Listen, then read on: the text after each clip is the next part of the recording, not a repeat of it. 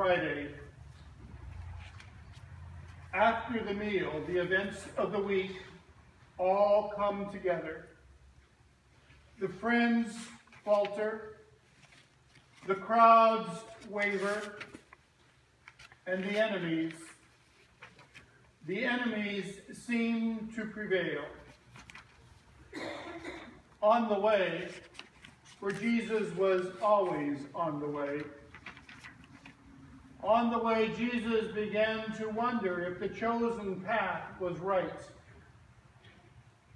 Confronting the powers was exacting a terrifying price. So he sought comfort in the company of friends and solace in the intimacy of prayer. Abba, Father, remove this cup.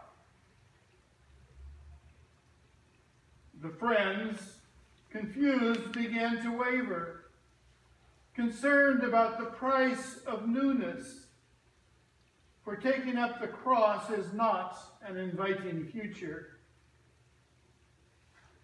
They could see the gathering shadows.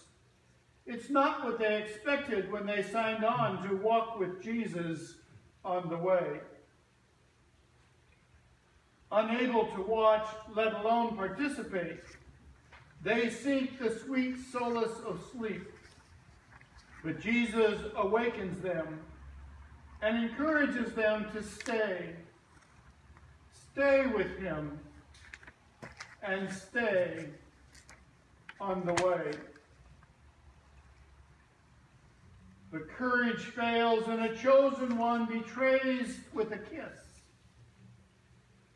The others, sensing that the end is near, flee as Jesus is arrested. As the friends desert the authorities, sensing victory, seek a final solution.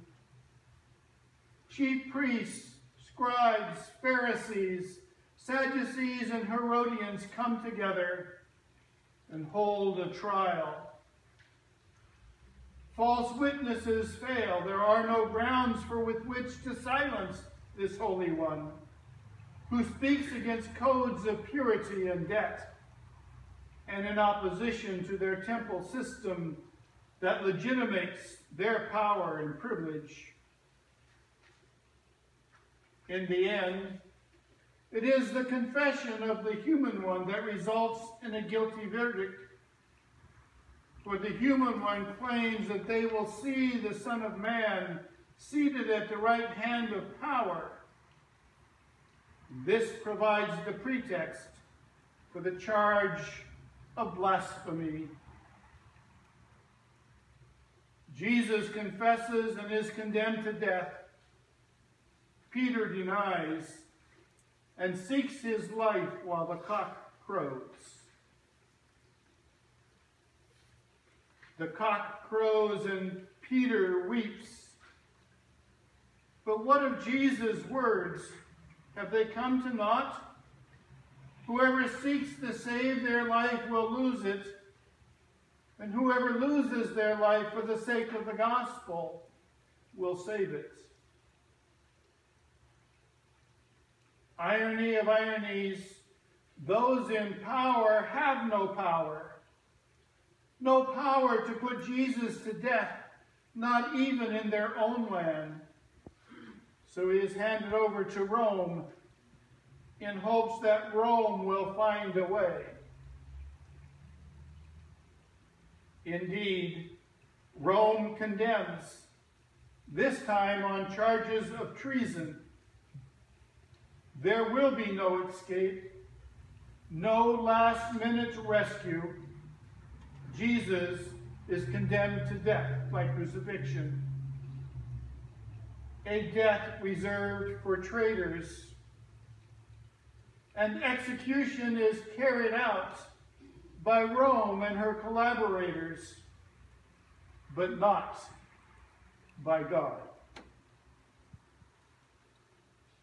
For God weeps at the violence of humanity and sends a message of sorrow as darkness covers the land, as if to hide this hideous act of evil in the face of goodness.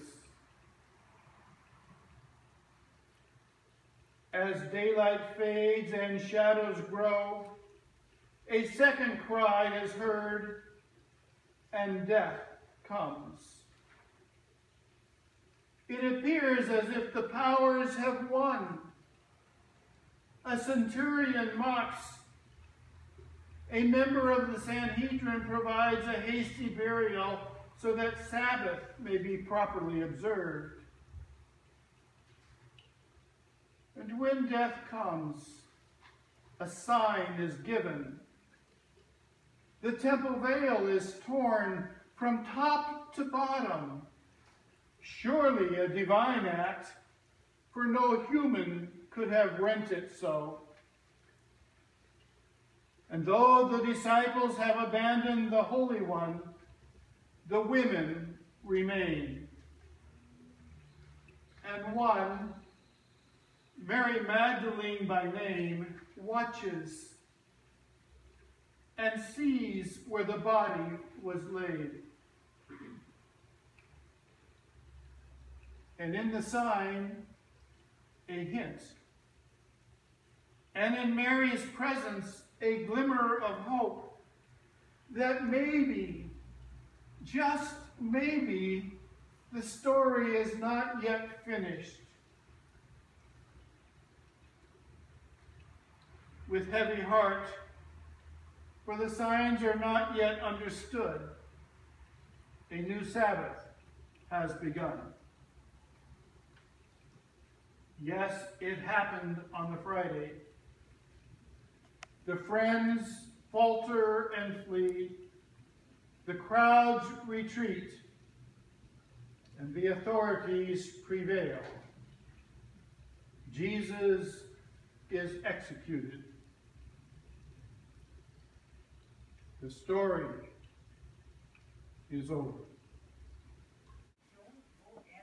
The strong man has prevailed, and Jesus is dead. Or does the rending of the temple curtain hint that the strong man has been bound and his house is being ransacked? Yes, it happened on the Friday.